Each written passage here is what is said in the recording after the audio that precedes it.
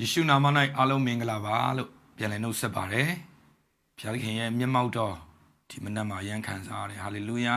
။ဆိုမှရှိတဲ့မိသားစုတွေ YouTube Facebook မှာပါဝင်နေကြတဲ့ခြေရတဲ့မိသားစုတွေအားလုံးပေါ်မှာဘုရားသခင်အသစ်တပံဒီမနက်နဲ့သက်ဆိုင်တဲ့ကောင်းချီးမင်္ဂလာအထူးခံစားကြပါစေ။အာမင်။တစ်စက္ကန့်မှာလူပေါင်း10ယောက်မကတည်ဆုံးနေတဲ့ကာလဖြစ်ပါတယ်။အဲ့ဒီထဲမှာကျွန်တော်တို့ယုံကြည်သူတွေအသက်ရှင်ခွင့်ရနေတယ်ဘုရားသခင်ရဲ့ကျေးဇူးတော်တက်ပဲဖြစ်ပါတယ်လို့ဒါကြောင့်အသက်ရှင်ခွင့်ရနေတဲ့အချိန်မှာဘုရားသခင်ကိုကျွန်တော်တို့အကောင်းဆုံးဖခင်အတွက်ပြန်ပြီးတော့မှကျေးဇူးပြန်ပြုရအောင်။ဘာကြောင့်ဖခင်ကကျွန်တော်တို့ကိုအသက်ရှင်ခွင့်ပေးနေတာလဲလောကထဲမှာသူ့ရဲ့ဘုန်းတော်အတွက်ဖြစ်။ဘာကြောင့်လဲဆိုတော့အခုကစစ်ဘေးကြောင့်တေလိုက်ယောဂဘေးကြောင့်တေလိုက်အမျိုးမျိုး accident တွေကြောင့်တစ်စက္ကန့်မှာ10ယောက်ကျော်တေတာနော်အနည်းဆုံးတွက်ကြည့်မယ်12ယောက်လောက်တေးတာတစ်စက္ကန့်နော်နိုင်လက်ထက်ကနေမြည်လိုက်တာနဲ့လောကတွေကနေထွက်ခွာသွားတဲ့သူကနေ့တိုင်းဖြစ်နေတာအဲ့ဒီထဲမှာကျွန်တော်တို့အသက်ရှင်ခွင့်ရနေတယ်ဒါဘုရားသခင်ကကျွန်တော်တို့ပေါ်မှာကြီးမားတဲ့အကြံစီရှိနေတယ်တော့ကျွန်တော်ရှေ့ဦးစွာအတိပေးခြင်းပါတယ်ဒါကြောင့်စိတ်တက်ကြစရာတွေရှိမယ်စိတ်ပြည့်စရာတွေရှိမယ်ဒီຢာတွေကိုကျွန်တော်တို့တွားပြီးခံစားမနေနဲ့အသက်ရှင်ခွင့်ရနေတယ်ဘုရားငါပေါ်မှာအကြံစီရှိတယ်ဘာကြောင့်လဲသိရင်ဘာမှဒါတွေလုပ်လို့မရဘူးလေဒါကြောင့်အသက်ရှင်ခွင့်ရနေတာကျွန်တော်တို့အကောင်းဆုံးဘုရားဘုန်းတော်တို့အသက်ရှင်ကြရအောင်အာမင်ဇွန်အဖွဲ့တွေအာမင်ကြားခြင်းနဲ့အာမင်အာမင်အာမင်အာမင်ကျွန်တော်ဝိညာဉ်သားနဲ့နားထောင်လိုက်ပြီနော်ဝမ်းသာတယ်ဒါကြောင့်ဘလို့ပဲဖြစ်ဖြစ်ကျေးဇူးတင်ပါဘုရားကိုကျေးဇူးတင်ပါဒီနှုတ်ကပတ်တော်ခေါင်းစဉ်ကလည်း yes ဆိုတဲ့နှုတ်ကပတ်တော်ခေါင်းစဉ်နဲ့ကျွန်တော်ဝင်ငှသွားမှာဖြစ်ပါတယ်အဲ့ဒါကတော့90ခုမြောက်သောစာလံအပိုင်းငယ်23မှာကျေးဇူးချီးမွမ်းခြင်းရစ်ကိုပူဇော်တော်သူသည်ငါ၏ဘုန်းကိုထင်ရှားစေတော်သူဖြစ်သည်ဖြစ်၏မိမိသွားသောလမ်းကိုစင်ကြင်သောသူအားလည်းကယ်တင်တော်မူခြင်းကျေးဇူးကိုငါပြမည်ဟုဘုရားခင်မိန့်တော်မူ၏ဒါကြောင့်အခြေအနေတွေမကောင်းပါဘူးဒါပေမဲ့ကျေးဇူးတော်ချီးမွမ်းခြင်းရစ်နဲ့ကိုရောကျေးဇူးတင်တယ်ဆိုတဲ့နှလုံးသားရစ်နဲ့ဘုရားကိုချီးမွမ်းပါလေအာမင်ဟာလေလုယာအာမင်အခြေအနေတော့မကောင်းပါဘူးယောဂဝေဒနာနဲ့အဲ့ရတဲ့အောင်မထခြင်းတဲ့သူတွေရှိတယ်ကျွန်တော်လည်းခံစားခဲ့ဘူးပါယောဂတွေအရင်နှိမ့်ဆက်တဲ့ကံမထတာဇုံချိန်မိပြီးထတဲ့သူတွေရှိတယ်တချို့ကင်မရာမဖွင့်တဲ့သူရှိတယ်ဒါတေးကြရတာเนาะထမှာပြင်းတာလားအဲ့ရထဲမှာပဲလားဒါပြောလို့တော့မရဘူးเนาะဒါတော့လကားနောက်တာတချို့ကအလုံးမအားတာလည်းရှိမှာပေါ့เนาะဘလို့ပဲဖြစ်ဖြစ်ဒါဗီဒီယိုမဖွင့်တဲ့သူတွေကတော့ကျွန်တော်ကတော့ကောက်နှုတ်ချက်ချလိုက်ပြီဒါတော့ဒါအဲ့ရထဲမထသေးဘူးဒါဇွန်တက်တာဝန်ရဝင်နေတယ်လို့ပဲကျွန်တော်ကတော့ပွင့်ကုန်ပြီဝမ်းသာတယ်เนาะလကားနောက်တာပါဒါတော့စောစီပေါ့เนาะရေမောချင်းတွေအသက်ရှည်တယ်လေဒါကြောင့်ရေရမယ်ပြောကြည့်အောင်ရေရမယ်เนาะရေကြည့်မယ်เนาะရေကြမယ်ဒါရေကြည့်ပါဘာလို့ဆိုပုတ်တိုးရင်မျက်နှာကြောက်လဲကျွန်တော်လည်းမကြည့်ချင်ဘူးလေဇုံးမှကြည့်တာဒါနည်းနည်းလေးပြုံးတဲ့အခါမှာတရားဟောကလည်းနည်းနည်းအားပါတယ်လေနော်ဟုတ်ပြီသွားမယ်ဆက်သွားမယ်ဒါပြောနေဆိုမိနစ်20ပြည့်သွားလိမ့်မယ်နော်အချိန်ရတိတ်မရဘူးဒါကွက်တီဟောခိုင်းတာဖြစ်တယ်ကြောင့်အဲ့တော့ဟုတ်ပြီကျေးဇူးချီးမွမ်းခြင်းရစ်ကိုပူဇော်တော့သူကငါရဲ့ဘုန်းကိုထင်ရှားစေတယ်လေကျေးဇူးချီးမွမ်းတယ်လို့ပြောလိုက်ရင်ကျွန်တော်တို့ကကျေးဇူးတော်ချီးမွမ်းပွဲတွေလည်းကျွန်တော်တို့ကြုံပါပါနော်ဟာဘတ်တေးချီးမွမ်းတာတို့ဒုက္ခတွေကနေလွတ်မြောက်လာလို့ကျေးဇူးတော်ချီးမွမ်းအများစုကတော့ပြဿနာတွေနော်ခက်ခဲတွေကလွတ်မြောက်လာလို့ကျေးဇူးတော်ချီးမွမ်းကြတာပိုများပါတယ်ဟာလေလုယာဒါကြောင့်ကျေးဇူးတော်ချီးမွမ်းတာကလည်းအဲ့ဒီရစ်ကိုပူဇော်တဲ့သူကလည်းဗာလဲကယ်တင်တော်မူခြင်းကျေးဇူးကိုငါပြမယ်လေမဖတ်တော်ဘူးကျွန်တော်ဘု து အကြောင်းလဲဆိုတော့ပေါလုနဲ့တိလအကြောင်းလဲအားလုံးလဲကြားဖို့မှာပါထောင်ထဲရောက်သွားတယ်ဘု து အကြောင်းဟောလို့လေယေရှုခရစ်တော်ရဲ့ဧဝံဂေလိသတင်းစကားဟောရင်းနဲ့မှထောင်ကျတော့တာတကယ်တော့သူများပစ္စည်းကပိုက်နိုင်တာလည်းမဟုတ်ဘူးသူများကိုသွားအော်ဆဲနေတာလည်းမဟုတ်ဘူးဖခင်သခင်ရဲ့အသက်ရှင်ခြင်းကြောင့်ဟောရင်းနဲ့မှာဖြစ်လဲဆိုတော့ထောင်ကျသွားတာဒီနေ့ကျွန်တော်တို့လည်းအဲ့လိုပဲဖခင်နဲ့ဖြောက်မှတ်စွာအသက်ရှင်ဖခင်နဲ့တကယ်အသက်ရှင်နေပါလေနဲ့ဒုက္ခဆင်းရဲတွေကြုံရတဲ့ခြင်းတွေရှိတယ်ပေတရုကပြောတယ်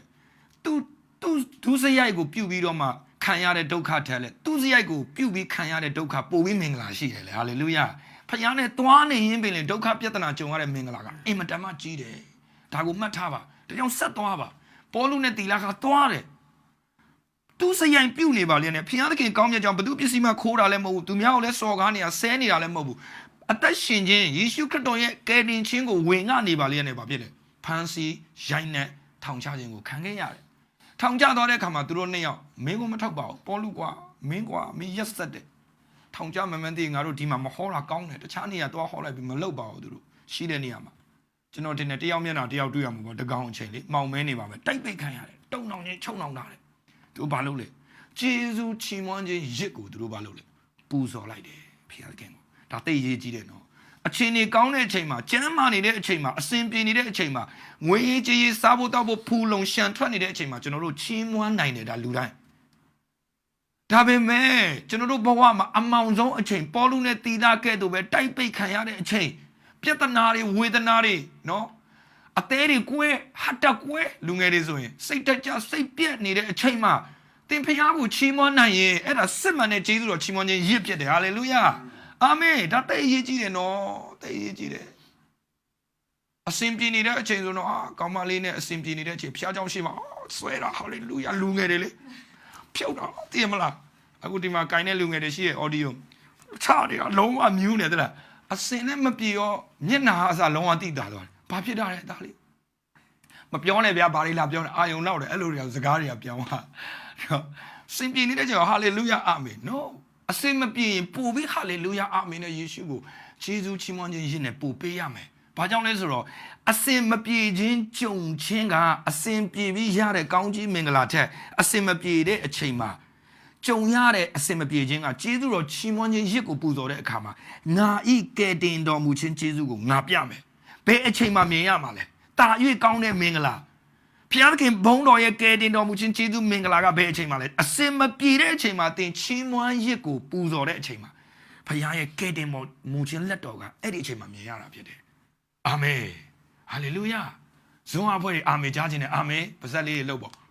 တချို့ကလည်းကရင်လုံးမပြေးကြလားပြီးအော်မင်ဖြစ်နေဦးမယ်နော်စောစောစီအော်မင်နဲ့အာမင်နဲ့မားနေမယ်အော်မင်ဆိုတာထမင်းစားမယ်တချို့ကရောတက်တယ်လေနော်အဲ့တော့ဒါတိတ်အရေးကြီးတယ်အစင်ပြေတဲ့အချိန်မှာကျွန်တော်တို့ဟာလေလုယာအာမင်လုပ်လို့ရဒါပေမဲ့အစင်မပြေတဲ့အချိန်မှာဟာလေလုယာအာမင် praise the Lord ကိုရောကောင်းမြတ်တယ်ဘာကြောင့်လဲဆိုတော့ကဘာမှာလူတွေတန်းနဲ့ရှိတန်းပေါင်းထောင်နဲ့ရှိတဲ့အချိန်မှာကျွန်တော်တယောက်တည်းကျမတယောက်တည်းဒီပြဿနာကြုံခွင့်ရလို့ဂျေဇုတင်တယ်ဂျေဇုတင်တယ်ကိုရောဘယ်အချိန်နေပဲရောက်ကိုရောကိုမစွန့်ဘူးကိုရောလည်းဘယ်တော့မှမစွန့်ဘူးကကပါကုန်တိတာအတူရှိမယ်ဆိုဂတိတော်ရှိတယ်တယောက်ဘယ်တော့မှမစွန့်ဘယ်အချိန်နေပဲရောက်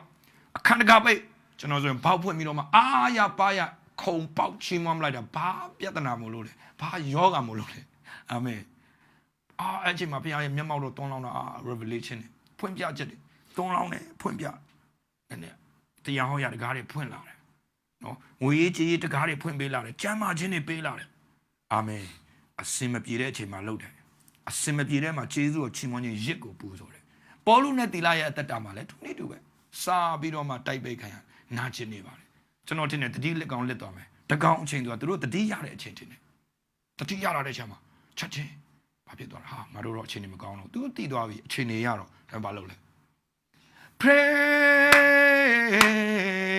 the Lord oh my soul ဒါတော့အခုခေတ်တခြင်းပေါ့ကျွန်တော်ကတော့သူတို့ကိုစားဆိုပေးလိုက်တာတင်စားပြီးတော့ဆိုလိုက်စချီးမွမ်းတဲ့အချိန်မှာဟာဘာဖြစ်တော့လဲထောင်လူထောင်သားလန့်သွားတကယ်တော့ထောင်တကားပွင့်သွားအန်ဩစရာကြီးနော်အစင်မပြေတဲ့အချိန်မှာချီးမွမ်းခြင်းကကြီးစွာသောနမိတ်လက္ခဏာတွေဖြစ်တယ်ဟာလေလုယာအစင်ပြေတဲ့အချိန်မှာပေါလုတို့ချီးမွမ်းတယ်လို့မရှိဘူးနမိတ်လက္ခဏာတွေဖြစ်တယ်ဆိုတာအဲ့လောက်ကြီးမရှိဘူးဒါပေမဲ့အစင်မပြေတဲ့အချိန်မှာတကယ်ပဲသေပြီးဆိုပြီးတိုက်ပိတ်ခံရတဲ့အချိန်မှာပြန်တတိရတဲ့အချိန်မှာဖခင်ကိုကျေးဇူးတော်ချီးမွမ်းခြင်းနှလုံးသားနဲ့ချီးမွမ်းတဲ့အခါမှာအရင်ကသူလှုပ်ခဲ့ပါတယ်သူ့ဘဝအထိနောက်လူတွေကြမ်းပါတယ်ဒါပေမဲ့အဲ့ဒီထောင်တကားကြီးပွင့်ထွက်သွားလောက်ဒီနမိတ်လက္ခဏာမမြင်ခဲ့ဘူးဒါပေမဲ့ဘယ်အချိန်မှာမြင်ရတယ်ဆိုတော့အစင်မပြေကျေးဇူးတော်ချီးမွမ်းခြင်းရစ်တကယ်အစိုးဆုံးအချိန်တွေမှာချီးမွမ်းလိုက်တဲ့အဲ့ဒီရစ်ကိုပေးလိုက်တဲ့အချိန်မှာဖခင်ကသူ့ရဲ့နှလုံးသားကိုရိုက်ခတ်သွားတယ်ဒီလောက်ငါ့ကိုစာငတ်တဲ့ငါသားတွေကိုမှငါနမိတ်လက္ခဏာမပြုငါဘယ်သူ့ကိုပြုမှာလဲထောင်တကားကိုမထုတ်ပေးလိုက်တယ်ဟာလေလုယာအာမင်သူတို့နှစ်ယောက်တင်လွတ်မြောက်ရုံမကထောင်တစ်ထောင်လုံးလွတ်မြောက်ကျွန်တော်ထင်တယ်တောင်းချီရှိမှာပဲထောင်ထဲမှာထောင်မှုတွေမိသားစုအစားအကုန်ကယ်တင်ချင်းရသွားတယ်နမိတ်လက္ခဏာပဲဒါကြောင့်အဆိုးဆုံးကြုံတဲ့အချိန်မှာပဲဂျေဇုတော်ချီးမွမ်းခြင်းကိုပူဇော်လိုက်တဲ့အခါမှာအကုန်လွတ်မြောက်တယ်တောင်းတယ်ချင်းတင်လည်းပဲအခုချိန်မှာအဆိုးဆုံးကြုံနေရလိမ့်မယ်ဇွန်းနာဝင်နေတာမျက်နှာမကောင်းတဲ့သူတချို့ရှိတယ်စားစရာမရှိကောင်းအခြေအနေမကောင်းတဲ့ဟာရှိမယ်ယောဂဝေဒနာနှိမ့်ဆက်နေရတယ်ရှိမယ်ယောက်ျားစိုးနေတာတွေရှိမယ်သားသမီးမလိမ္မာတာတွေရှိမယ်အခုဝင်နေတာအပေါ်ပိုင်းတာပြုံးကောင်းပြုံးနေမယ်နှလုံးသားထဲမှာငူနေတဲ့သူအများကြီးပဲဒါမဲ့ကျွန်တော်ဒီနေ့နှုတ်ကပတ်တော်အပြင်အားပေးခြင်းပဲအဲ့ဒီအချိန်ထဲမှာတည်းအဆိုးဆုံးကြုံနေတဲ့အချိန်ထဲမှာကျေးဇူးတော်ချီးမွမ်းခြင်းရစ်နဲ့ဖခင်သခင်ကိုချီးမွမ်းပါအာမင်လှုပ်ခတ်မှုတွေဖြစ်သွားမယ်ပြောကြည့်အောင်လှုပ်ခတ်မှုတွေအဲ့ဒီလှုပ်ခတ်မှုတွေကမာနရဲ့တတိုင်းတွေအားလုံးပြိုကျသွားပြီးတော့မှဟာလေလုယာတ တင်တို့မိသားစုပြောင်းလဲရုံနဲ့မကောက်ပတ်ဝန်းကျင်တွေတိုင်းနိုင်ငံတွေပါတင်ရဲ့အဲ့ဒီချီးမွမ်းကိုးကွယ်ခြင်းအပြင်လွတ်မြောက်သွားမှာဖြစ်ပါတယ်ဟာလေလုယာအာမင် in the name of Jesus ဟာလေလုယာဒါကြောင့်နောက်တစ်ပိုက်ကပါလဲဆို50ခုမြောက်သောစာလံပိုက်ငယ်7ခုမှာဖခင်သခင်နှစ်သက်တော်မူသောရစ်မှုကကျိုးပဲ့သောစိတ်ပေသည်တဲ့အိုဖခင်သခင်ကိုတော်ဒီကျိုးပဲ့ကျင်မွသောနှလုံးသားကိုညင်းပယ်တော်မမူတတ်ပါဝေါဖခင်သခင်နှစ်သက်တော်မူသောရစ်ကားလေကျိုးပဲ့တဲ့စိတ်လေဒါကြောင့်တင်ဘလို့အစိုးဆုံးကြုံနေပါသေးတင်ရင်ဖွင့်ပြီးတင်နှလုံးသားကျိုးပဲ့ဆိုတာနဲ့ဖခင်သခင်နားမလဲပါဘူးဒီအမှုရဒါပေမဲ့လေကိုတော်ကအရာအားလုံးကိုတော်လက်ထဲမှာထိန်ချုပ်တာလေယုံကြည်တယ်တမီးယုံကြည်တယ်တားယုံကြည်တယ်ဘယ်အချိန်တွေပဲရောက်ကိုတော်ကိုပဲနှလုံးသားနဲ့ချီးမွမ်းမယ်နှလုံးသားပေးပါငိုကြွေးပါလေအဲ့ဒီနှလုံးသားကျိုးပေးတဲ့နှလုံးသားကိုဖခင်ကဘယ်တော့မှမငြင်းပယ်ဘူးလေဟာလေလုယာဖခင်မြင်တယ်လူတွေကတော့ဟန်ဆောင်တယ်ဒီကောင်ဟန်ဆောင်နေတာနော်ဖခင်လူဆိုတဲ့အေလိဟန္နာငိုတဲ့ခါမှာအမူးနေတာစောစောစီစပစ်ဒါပေမဲ့ဖခင်ကအဲ့လိုမမြင်ပါဘူးတကယ်ကျိုးပဲတဲ့နှလုံးသားနဲ့ငိုကြွေးနေတယ်ဆိုဖခင်ကဘယ်တော့မှမငြင်းဘူးလေကိုတော်ဒီကျိုးပဲကြေမွားတဲ့စိတ်နှလုံးကိုညင်းပယ်တော့မှမဟုတ်ပါလေချက်ချင်းတိလိုက်ပြီလောက်ခတ်သွားပြီဖခင်ရဲ့နှလုံးသားကိုတိုက်ရိုက်ထိသွားတဲ့အခါမှာပေါလုနဲ့တီလာဂျေဇုတော်ချီးမွမ်းခြင်းရစ်ထောင်ထဲမှာဖခင်ကိုချီးမွမ်းပူဇော်လိုက်တဲ့အခါမှာထောင်တကားတွေပွင့်ပြီးမြောက်များစွာသောလူတွေချုပ်နှောင်ခြင်းချီနှောင်ခြင်းကလွတ်မြောက်တဲ့ကဲ့သို့တင်လဲပဲအခုချိန်မှာအဆိုးဆုံးကြုံနေရချီးမွမ်းကြည့်လိုက်ပါဂျေဇုတော်ချီးမွမ်းကျိုးပဲချီးမွမ်းနှလုံးသားနဲ့ချီးမွမ်းလိုက်ပါအချိန်နေမကောင်းပါဘူးအချိန်နေနဲ့အသက်မရှင်နဲ့ကျိုးပဲချီးမွမ်းတဲ့နှလုံးသားနဲ့ကိုရောကိုပဲအလိုချင်ဆုံးအစာငတ်ဆုံးအတန်တာဆုံးငါဆိုတဲ့မာနတွေခွာကြပြီခုနဆရာမဆိုသွားချင်းနေတဲ့ဘုရားကိုကျေးဇူးတော်ချီးမွမ်းရေးပူဇော်လိုက်ပါသိကြတယ်လောက်ခံမှုတွေပြောင်းလဲမှုတွေချုံနှောင်ခြင်းချီနှောင်ခြင်းကလွတ်မြောက်မှုတွေအများကြီးရရှိလာလိမ့်မယ်တင်အားဖြစ်မယ်အာမင်ဟာလေလုယာခုနကကျွန်တော်တို့ chorus ပိုက်လေးပြန်ပြီးတော့မှဆရာမပြန်ပြီးတော့မှချီးမွမ်းပေးပါအရှမ်းတိုးထီတဲ့တခြင်းတွေငါဆိုတဲ့မာနတွေခွာကြကုန်ပြီကျိုးပဲချီးမွမ်းတဲ့နှလုံးသားနဲ့ဒီနေ့ကိုးကွယ်ပါကျေးဇူးတော်ချီးမွမ်းခြင်းရစ်ကိုပေးပါအာမင်အာမင်ဇုံကအဖွဲ့တွေအာမင်တကယ်ပေးမလားပြောကြည့်ပေးမယ်ဆိုလက်မထောင်ကြည့်